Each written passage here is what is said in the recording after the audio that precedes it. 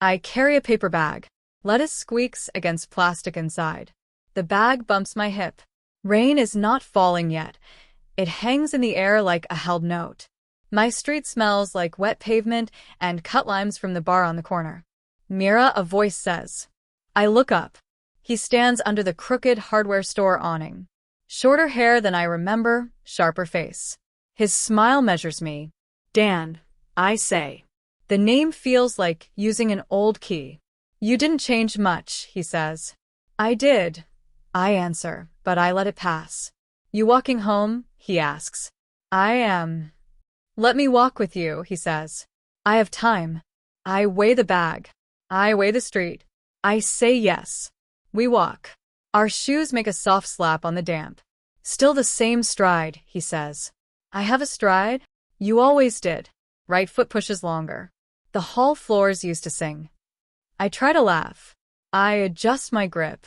The crosswalk changes. He offers his hand for the bag, palm up, neat nails.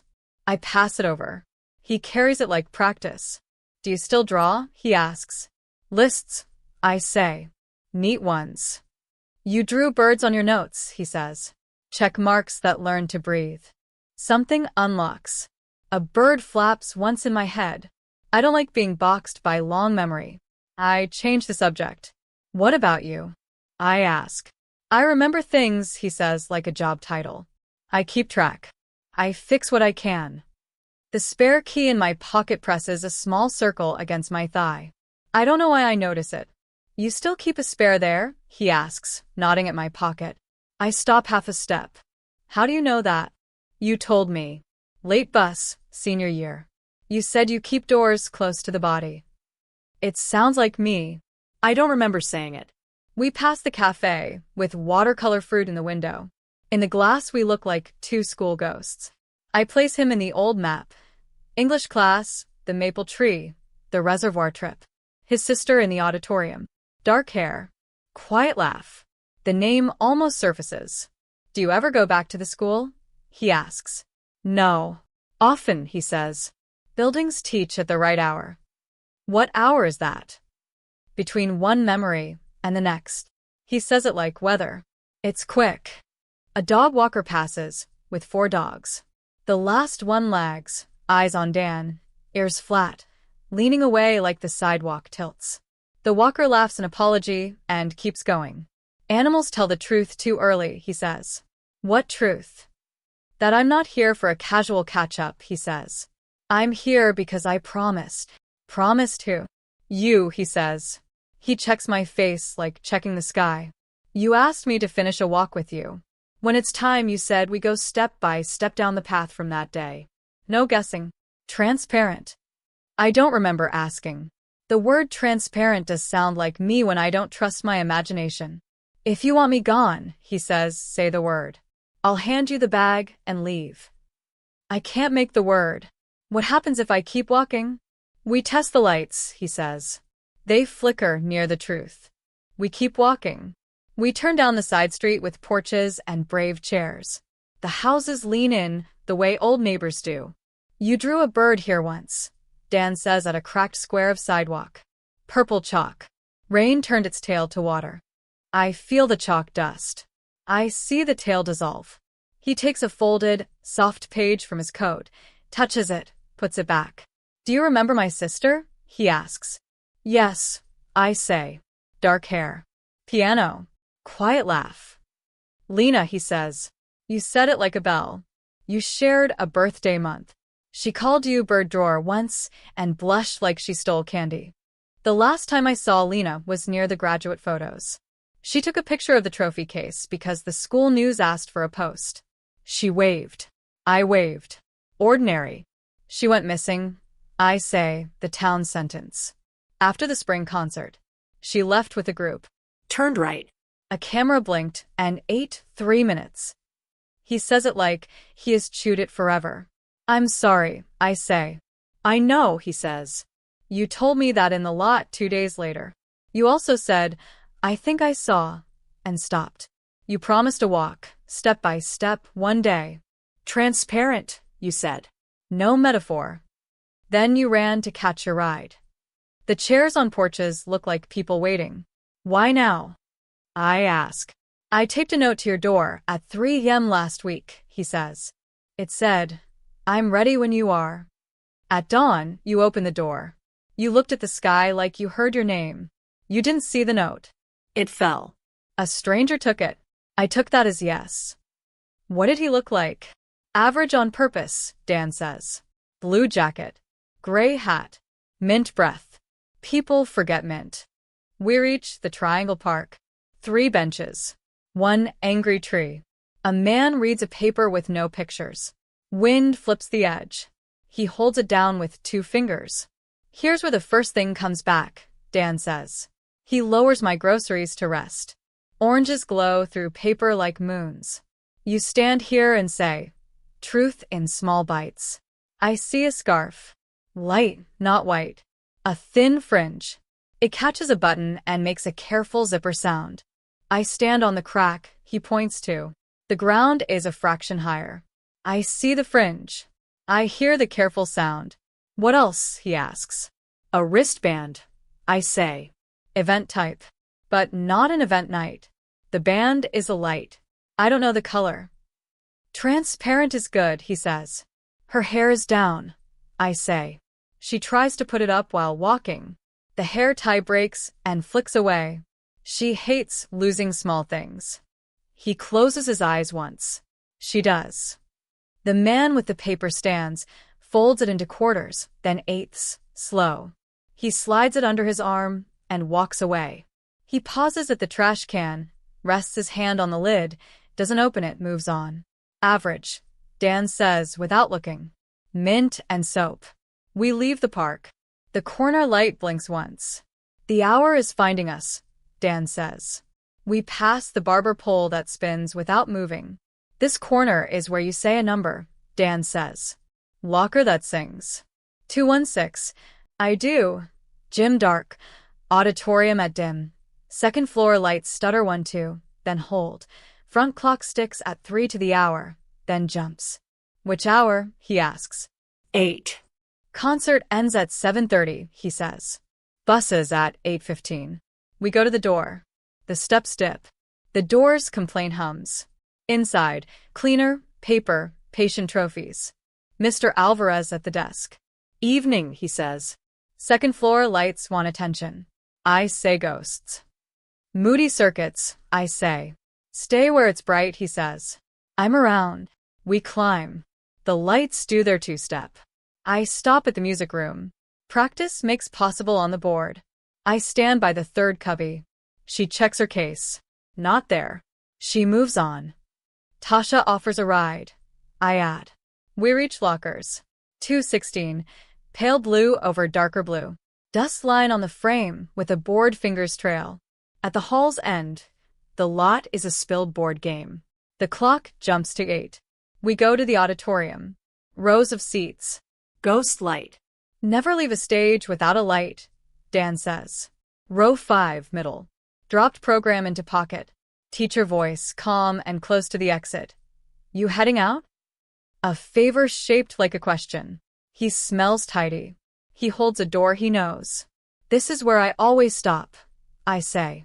Because the next part is ordinary, Dan says. And dangerous. We move toward the side door, with wired glass. The hall behind it feels like a throat. Do we go? I ask. We follow, not chase, he says. The light above dies. Echoes double. The skeleton in the corner seems tilted to awareness.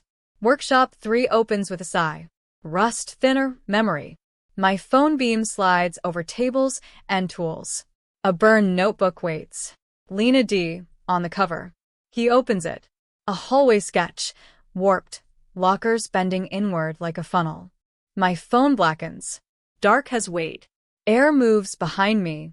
He's here, Dan says. A hook drops from nowhere, lands with a small metal word. Rock, rock, still. Breath fogs in the room. Backstage rigging, Dan says. Ceiling tiles above are clean. So how? It was given, he says. My phone wakes with a photo I never took. Me in this room, half lit. Behind me, a gray hat reflection. He's already inside, Dan says. Mint cuts the air. Through the window, a man in a gray hat, still as a rule. He presses his palm to the glass. Fog blooms under it. The light stutters. In the blink, he's gone. Only the print remains. He's changing the walk, Dan says. Trying to stop us. Why? Because the truth doesn't want to be found. A single piano note rings from upstairs. Claire de Lune. Lena's favorite. Another note. A third. Not music signal. Keep moving, Dan says. We climb. A door slams below. The hallway ahead pulses light, dark light. The music room door is ajar. Warm light spills. We finish what she started, he says. We walk toward the light. We push the door. The room is empty, but not. Stands and chairs wait like paused sentences. The whiteboard is clean. Too clean, recently wiped. On the piano, the fallboard is up. No one sits at the bench. The last note we heard is still in the air, the way heat lingers after a hand leaves a surface. I move closer. The keys look calm. I hold my breath and lower a single finger. The A sings. The sound is honest, unremarkable, real. Someone was here seconds ago, Dan says. He points to a shallow smear on the edge of the bench. Dust line broken. Recent. My eyes pull to the far corner. A metronome sits on a shelf. The pendulum is still, but there is a faint mark on the wood where it recently ticked. 2 small arcs of clean among dust. Look, I say. Someone set tempo. For what? For us, I say, and I hate that it makes sense. There's a program on the floor near the 5th row, middle seat. I pick it up. It's dry, clean, but the corner is dog-eared in a way I know Lena does when she plans to keep something and then changes her mind. On the back, in pencil, one word. Right. Dan swallows. She turned right, he whispers. Or someone wants us to remember that and stop there. I say. What else? He kneels by the nearest music stand and finds a smear of pale residue hidden under the lip. He touches it, sniffs, frowns. Tape adhesive. Fresh. Someone taped something under a stand? I ask. He reaches up under 3 stands in a row. On the 4th, his fingers catch an edge. He peels. A tiny square of paper drops to the carpet. I pick it up. It's blank on both sides except for a faint fingerprint line, spiral ridges and powder. Who tapes blank paper? I ask. Someone who wants us to think we found something, he says. He isn't angry. He is adjusting focus. The room hum shifts. The HVAC kicks a thin breath into the vents. With it comes Min again, faint, then gone. I look toward the door. The wire glass shows the hallway. Empty. At least it looks empty. I step closer until my breath fogs the wire squares. I come away with a perfect oval of condensation. It feels like drawing a target and pinning it to myself. Next place, Dan says. Exterior path. We're leaving the building? I ask. We finish the loop the way that night did, he says. Inside to outside. Right turn. South lot. He thanks the room under his breath. It's not a prayer. It's a habit. We exit by the side door. The air outside is colder, full of wet metal and bus diesel. The lot lamps throw white cones that make dark feel darker around them. Time check, Dan says, looking at the lobby clock through the glass. 8:12. Concert break ended at 7:55. By 8:10, group started to leave. He walks me on a precise line, along the curb, past the faculty spaces, toward the south exit where the camera's angle is known to be wrong. He explains without flourish. The camera here has a blind wedge, he says. A sliver of space that eats motion when the light shifts. What shifts the light? I ask. Headlights, he says. Door swings. Or someone who knows when to trigger a sensor. We stand in the wedge. The asphalt under my shoes feels no different. I stare at the door we just used. I try to see it as a machine would. You said someone called a short name, he prompts. A short name. I repeat. 1 syllable. It bounced off the fence and came back soft. It wasn't Lena's. It wasn't mine. We wait. Cars idle at the far edge. A seagull cuts the sky like a slow knife. The mint scent returns and fades, like a breath through cloth. Where does she go from here? He asks. She hesitates. I say. She checks her phone. She texts a single word, coming. Then she puts it away because she hates walking with it in her hand. She keeps both hands free when she's unsure. How do you know? Because I do the same thing, I say. A bus pulls up, brakes sighing. No one gets on. The driver checks a clipboard and leaves. The emptiness the bus leaves behind feels staged. Blind wedge, Dan says softly, more to himself than to me. Right turn. South lot. We walk the path to the corner where the faculty building meets the maintenance shed. The shed door is locked with a bright new padlock. The shine is the same brag as the fence lock. I crouch and drag 2 fingers along the threshold. My fingertips come up with a gray smear and one tiny blue fiber. Blue, I say. Fabric. Not from Lena. She doesn't wear this shade. Who does? Someone trying to look average, I say before I can stop myself. We both stand at the same time. The lot hums. The night holds still. Somewhere far off, a piano note sounds again and dies. Next, Dan says. We find who smells tidy. And who wears mint, I add. We turn back toward the building. Mr. Alvarez is at the desk, reading. He looks up as we enter. You too good. Quick question, Dan says. The night of the spring concert. Do you remember who had after-hours access near the south lot door? Alvarez squints at the ceiling as if the answer is written there. Facilities had keys. Admin, of course. The stage crew teacher. The debate coach had a room open for a meeting that ran late, but they were on the north side. Stage crew teacher's name? I ask. Mr. Kent, Alvarez says. Cologne you could smell down the hall. Neat man. Tie always centered.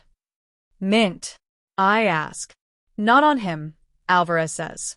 But the new temp security vendor that month. One of their guys chewed gum like it was keeping him alive. Gray cap. Average coat. Guy looked like a mannequin for Don't Notice Me. Name, short. Ben? Jed? I only saw the clipboard. My skin crawls. Short name, I say. Security company dropped them after that semester. Alvarez adds. Paperwork got messy. Don't get me started. Thank you, Dan says, sincere. We walk away. The building's hum sounds louder now that a name almost fits and doesn't. 2 threads, Dan says. Kent with tidy cologne and backstage access. Plus average coat with mint and a short name. Or the same man wearing rolls, I say. But transparent. We don't know. We reach the second-floor hall again. The stutter lights hold steady, like they decided to watch instead of warn. Locker 216 waits like a sealed mouth. Open it, Dan says. I hesitate, then spin the combination my hands remember, even if my head doesn't. The lock pops. Inside, a scarf light, folded into a neat square, a pencil with a green paint smear, a program with a corner dog-eared. Dan doesn't touch anything. Neither do I. What color is the wristband? He asks. I stare at the scarf's fringe. I wait for my head to lie to me. It doesn't. Light, I say. Not white. He smiles without joy. Good. Where to now? I ask. He looks down the hall toward the dark end near the maintenance stairs, to the part of the night that repeats. We follow the service corridor to the rear stairwell. The smell is older here, oil, dust, the quiet breath of machines behind walls. Halfway down, voices rise. 2 men speaking low. We pause. One voice carries that practiced calm I remember from the auditorium. The other is flatter, with clipped answers. Clipboard, Dan mouths. Security.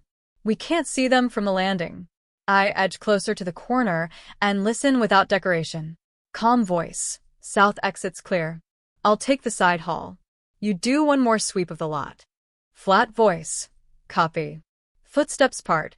One set up the hall. One set down the stairs to the exterior. A faint smell of cologne touches the air and fades. Then mint stronger than gone. We wait for the silence to settle. Dan's hand is steady on the rail. Mine is not. 2 men, I say. Not one. Not one, he agrees. But they work like one plan. We descend to the door that opens near the blind wedge. It's propped by a rubber wedge like the one at the music room. I nudge it with my shoe. The rubber leaves a faint black half-moon on the tile. Someone wanted a quick re-entry, Dan says. No need to badge back in. Outside again. The night looks the same, but isn't. A sedan idles at the far end. Headlights off. A figure in a gray cap leans against the fender, checking a phone, then pockets it fast the moment he senses motion. He doesn't look our way. That somehow is worse. We stay in shadow. What do? I whisper. We keep the walk, Dan says. Finish the steps. Then we decide. A bus grinds past and blocks our view for 2 seconds. When it clears, the sedan is gone. No engine, no taillights, nothing. Just absence. Dan doesn't swear. He just exhales like a man being pulled forward by a rope he tied himself. Back inside, he says. We take the long way, the way buses take when the night is almost over. Dan moves like a metronome set to human pace. Steady, never rushed. I match him. We pass the north doors, the cafeteria windows, the vending machines that glow like obedient little aquariums in the dark. Why here? I ask. Because the night looped, he says. Someone walked the same 3 places twice to look natural on camera. Natural is a costume. We stop by the vending machines. The glass reflects the hallway like a cheap mirror. Above the reflection, a black bubble holds an old camera nobody bothers to service anymore. It still records grainy late, but it records. Dan points at the upper frame. See the tape line? A thin residue arcs along the top edge of the vending glass, exactly where a hand would place something to block a reflection. Someone tried to kill the glare, I say. Someone tried to kill a clue, he replies. But glare is a kind of light. It tells on you. I crouch, aligning my sight with the angle of the glass to the camera bubble. My own face stacks in dim layers. I keep the description clean. If a person walks past that junction there, I point to the seam where side hall meets main. Their outline shows in the vending reflection, even if the main camera misses them. We wait. The building pops and settles. The hum thickens then thins like breath under a blanket. A door thuds softly down the hall. Not near. Not far. Walk the beat, Dan says. He means, repeat the path exactly. Let the building echo it back. We do. Past the vending, to the junction, into the main hall, count 8 ceiling tiles, right to the service stairs, pause on the landing, listen. When I step to the exact middle of the landing, a small current of colder air lifts the hairs on my wrist. Vent, I say. And a microphone, he says, pointing to a thumb-sized hole in an old panel. Choir used to plug in here for overflow. If someone spoke, this panel could have caught a trace. He squats and puts his ear near the metal, the way you listen to a C in a toy shell. He doesn't pretend to hear words. He only marks its presence. We come out on the south hall again. Outside, a late bus kneels and sighs. No riders. A voice floats in from the open side door. 2 syllables, quick. A name? I don't chase it this time. Transparent. I hear 2 syllables, stressed first beat. That is all. Back inside, Mr. Alvarez meets us halfway down the corridor, as if his timing belongs to the building's pulse. If you're looking for the old choir panel, he says, it doesn't record anymore. But the feed used to run through the AV closet. I keep the key. He jingles an honest ring of keys. The AV closet sits between the auditorium and the band room. Inside smells like dust, heated plastic, and the faint sugar of ancient soda. Racks of equipment blink little red and green eyes. Most of this is dead, Alvarez says, but the backup server never truly dies. It naps. Another voice answers, male, flatter. Copy.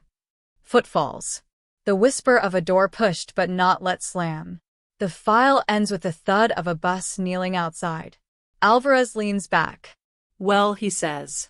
He is not surprised. He is tired in a specific, useful way.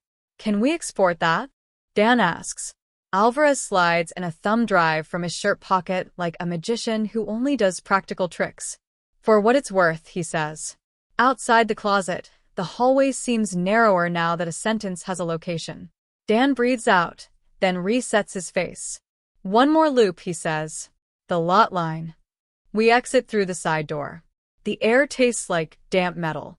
The south lot is a black plate streaked with sodium light. We walk the fence until it meets the maintenance lane. At the drain grate, something small gleams, a circle.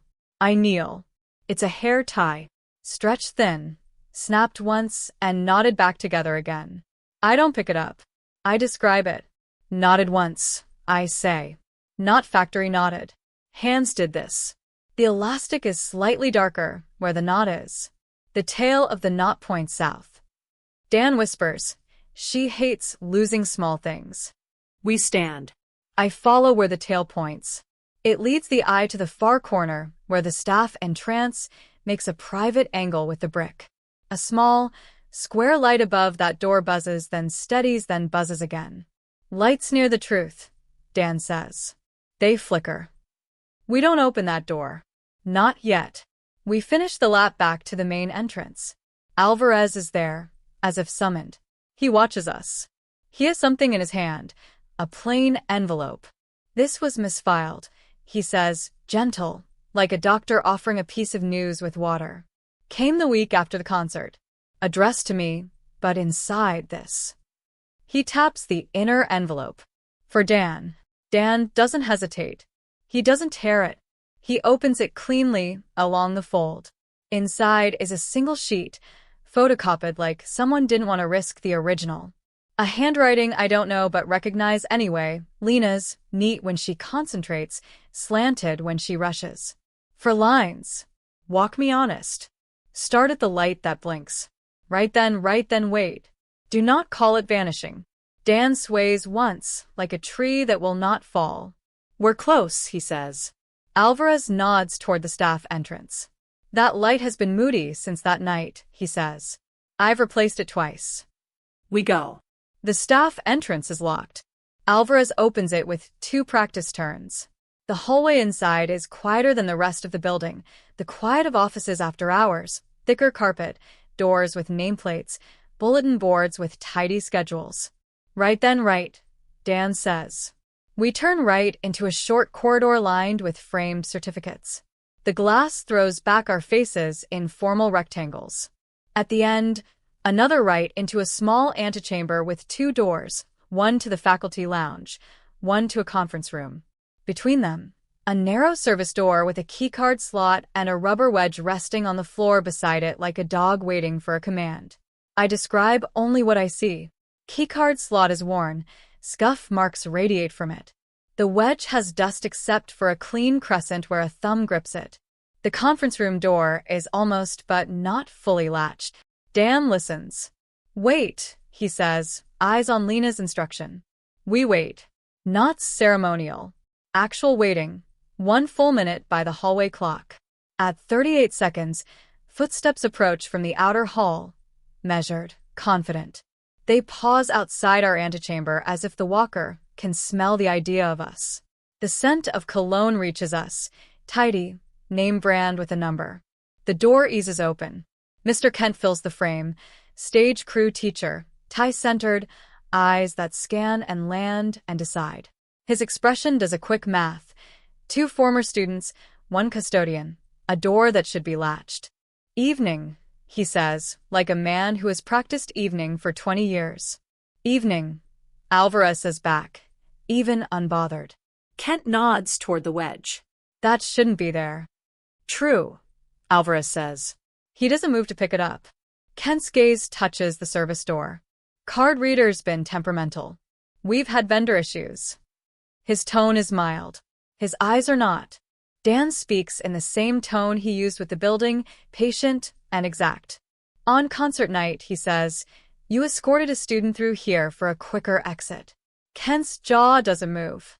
I escort students often. Safety first. Your cologne carries, I say. Transparent. He blinks, surprised at the sentence's shape. Someone with mint gum waited outside by a sedan, Dan adds. Gray cap. Short name. Kent's mouth performs a sympathetic curve. I think you're mixing rumors, he says. Security rotates. Names blur. Jet. Alvarez says, simple. That was the temp's name on the vendor sheet. 1T or 2, I don't know.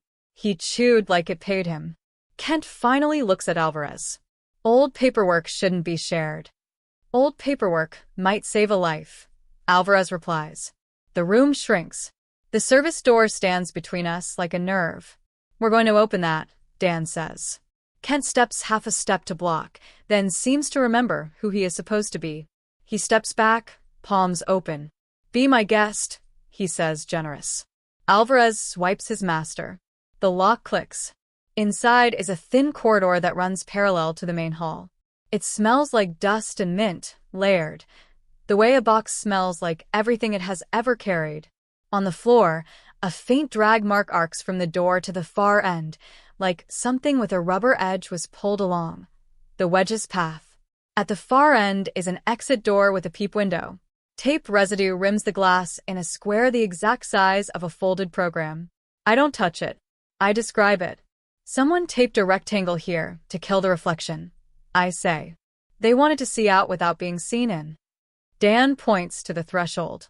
What color is the band? He asks softly. The light here is not auditorium dim, not sodium lock glow. It is flat, honest office light. The memory that has been hiding steps forward with no costume. Pale green, I say. Translucent. With microprint along the edge, VS, maybe visitor. Or vendor. Vendor, Alvarez says. Security issued those that spring. Kent's breathing is audible now, like a man who ran only in his head and feels the cost in his body. This is all very dramatic, he says, polite. What exactly do you think happened? Dan doesn't dramatize. He stacks his sentences like bricks. You knew the blind wedge outside, he says. You timed the escort for headlight wash. Jet waited at the sedan.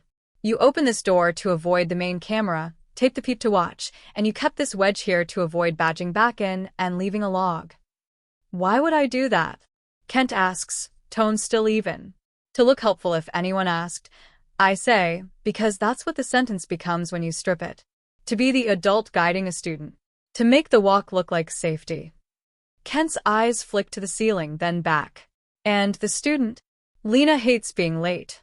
I say. She hates rudeness. She follows an adult who says this way's quicker. Then she sees the sedan and smells mint, and the part of her that hates small eyes wakes up. She stops at the threshold. I step to the exact place where the drag mark ends. My stomach turns in a clean, useful way. She steps back, I say. She says she'll text her ride and go the long way. You're very calm. You let her. She turns away. Jet mutters a short word. You nod like, no problem. But it is a problem because your plan needs a picture of her outside that wedge, with you off camera, looking like a helper. Kent doesn't move. He doesn't need to. The silence is his motion. And then he prompts neutral. And then, Dan says, something broke the script. Which is? Kent asks. Alvarez, Dan says simply, turning. You were swapping a light bulb at the triangle corner.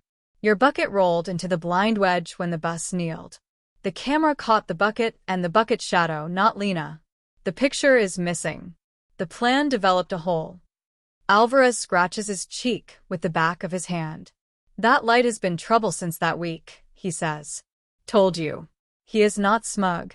He is factual. Kent smiles a small, tired smile. So your theory is that a bucket saved a girl.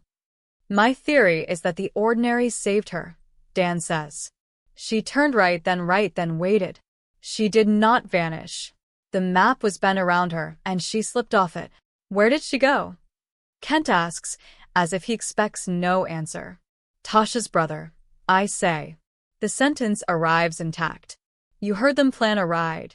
He texted here when he reached the main lot. She didn't read it because she hates walking with the phone in her hand. She went the long way to the main doors and missed him. He left to circle. She cut across the staff wing. By the time he looped back, she was already. I stop. I don't feel it. Alvarez clears his throat. I can call him, he says. Numbers don't change as fast as people. Kent spreads his hands. I wish you luck, he says. We leave him in the antechamber and step into the brighter hall. Alvarez dials, speaks a name, asks a question, listens. He hands the phone to me.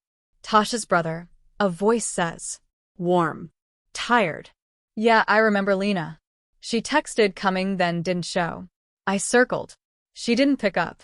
Next day I heard I felt sick. He exhales through his nose. Wait. I did pick up a student by the east gate around 8:20. Thought it was Tasha's friend, but she wouldn't get in. She waved me on, said she was fine. I left.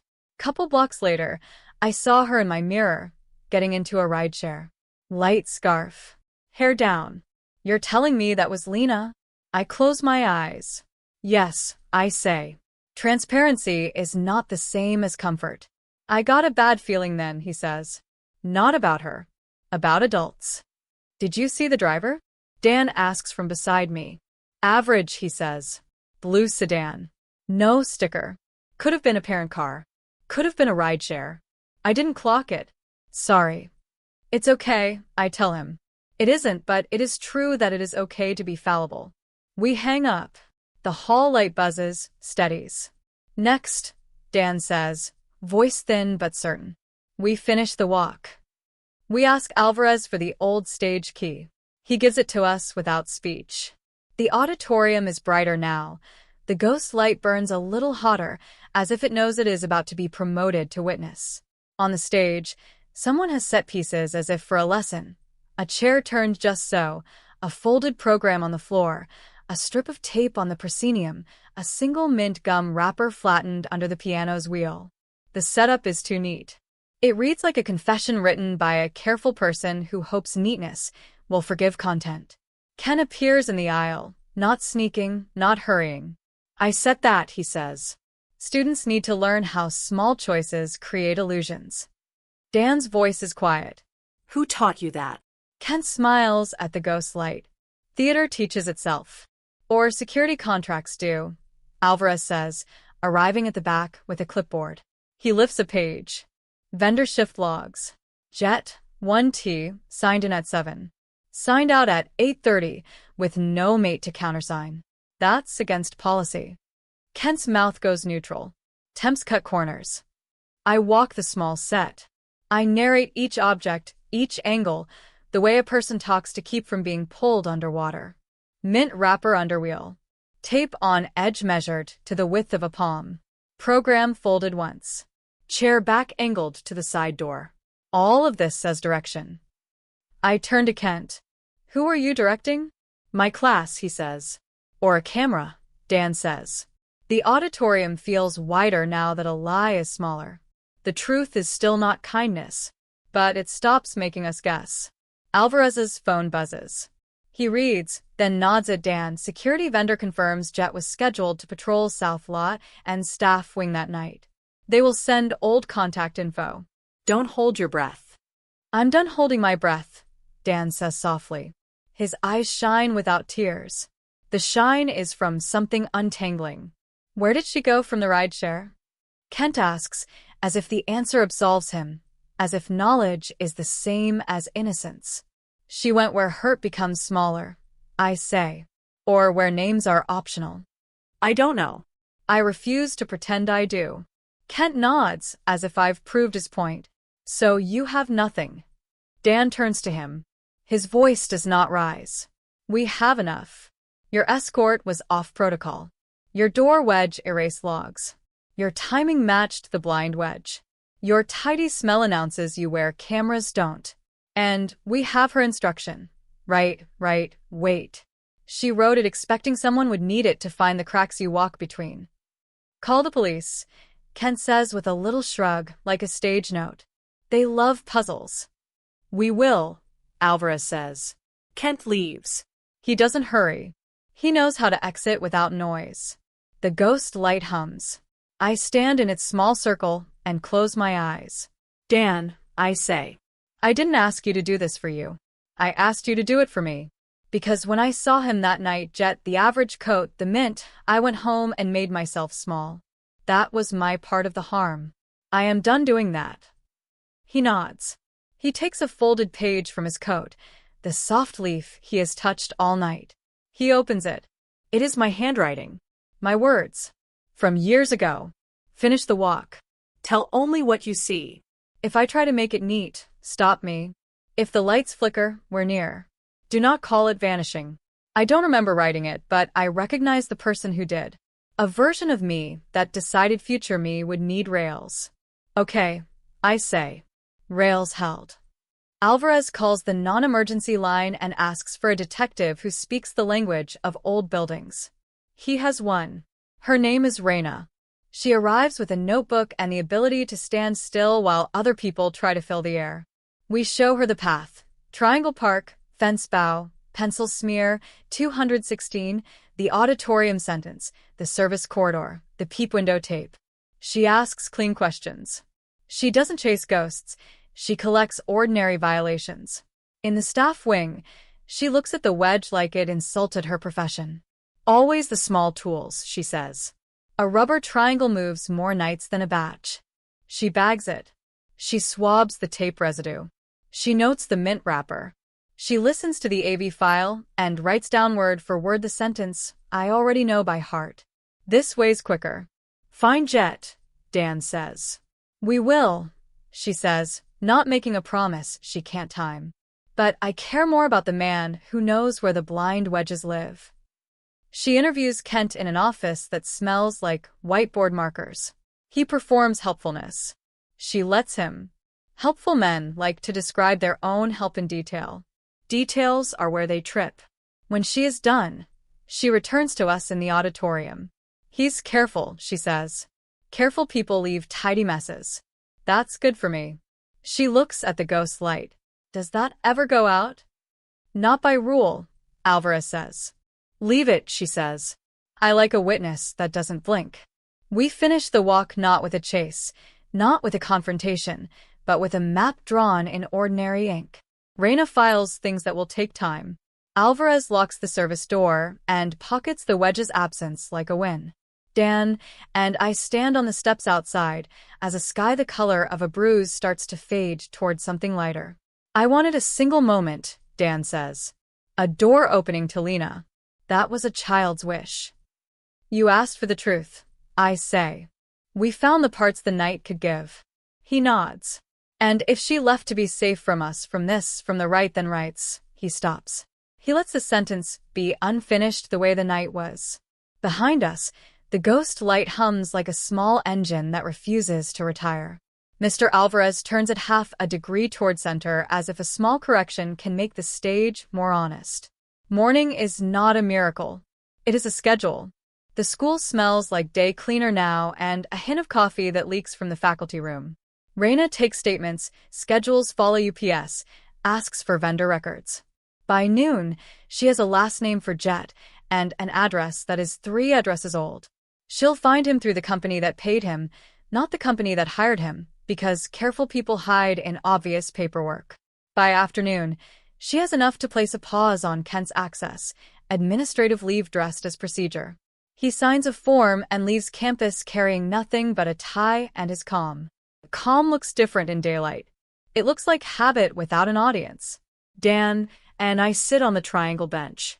The angry tree shades us even though the sun is soft. We don't talk for a while. When we do, the sentences are small on purpose. I keep wanting to make it a story, I say, with an end that turns a key. We kept it a walk, he says, with steps that turn lights. A cat I recognize from last night hops up and pretends it has always lived here. It curls beside the grocery bag that made it this far like a minor character that refuses to exit. I give it a piece of the bread I forgot was inside. The cat doesn't eat bread. It sniffs and looks offended.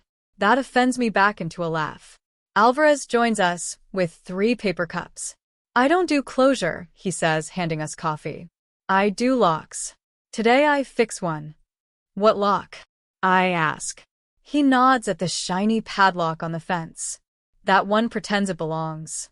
I'm going to replace it with an honest lock that squeaks. Squeaks tell me when the world moves. Raina calls at dusk. She has news that is not an ending, but is a door. We found the rideshare driver, she says. Not a licensed one. Apparent moonlighting. He swears the girl told him to drop her at the station and that she bought a ticket with cash. He describes a pale scarf, hair down, a wristband that looked green under station lights. He remembers she said, "I'm fine." Dan closes his eyes.